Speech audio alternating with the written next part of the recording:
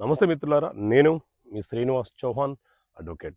మిత్రులారా, దత్తతగా వచ్చినటువంటి పిల్లలు అమ్మాయి అయినా అబ్బాయి అయినా తమకు జన్మనిచ్చిన తల్లిదండ్రుల యొక్క సంబంధికులను వివాహం చేసుకోవచ్చా?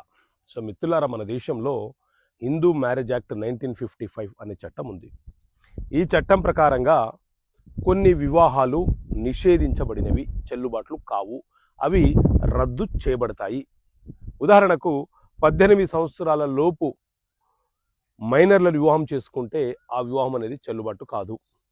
మతి స్థిమితం లేని వారిని వివాహం చేసుకుంటే ఆ వివాహాలు చెల్లుబాట్లు కావు. ఆల్రెడీ మ్యారేజ్ అయిపోయి విడాకులు ఇవ్వకుండా ఉన్న వ్యక్తులను వివాహం చేసుకున్న ఆ వివాహాలు చెల్లుబాట్లు కావు.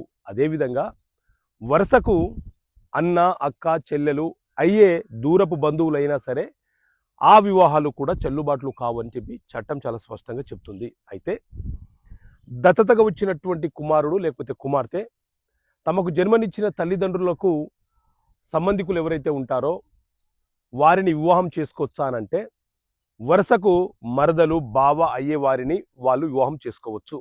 కానీ మేము దత్తతకు వచ్చేసాము కదా, వరుసకు అక్క, చెల్లెలు అయ్యే వారిని వివాహం చేసుకుంటాము అనంటే అది చెల్లుబాటు కాదు, అది కుదరదు, అది నిషేధించబడినటువంటి వివాహము. కాబట్టి దత్తత వచ్చినంత మాత్రాన రక్త సంబంధం అనేది తెగిపోదు. బంధాలు, బంధుత్వాలు అనేవి అక్కడితో నిషేధించబడినవి కావు. ఆస్తుల విషయంలో మాత్రమే అవి నిషేధించబడినవి, కానీ రక్త సంబంధికుల విషయంలో మాత్రం ఆ బంధం అనేది నిషేధించబడినది కాదు. సొంతంగా ఎవరైతే తనకు జన్మనిచ్చిన తల్లిదండ్రులు ఉన్నారో ఆ వరుసకు అయ్యే అక్కలు, చెల్లెలు, అన్నలు, తమ్ములు ఎవరైతే ఉన్నారో ఆ వరుస అలాగే కొనసాగుతుంది అని చెప్పి చట్టం కూడా ఈ అంశం గురించి ప్రస్తావిస్తుంది. దత్తతగా ఎవరి ఇంటికైతే వచ్చారో ఇటువైపు ఎవరైనా బంధువులు ఉంటే, ఇటువైపు ఎవరైనా సంబంధికులు ఉంటే ఇటువైపు వివాహం చేసుకోవచ్చు.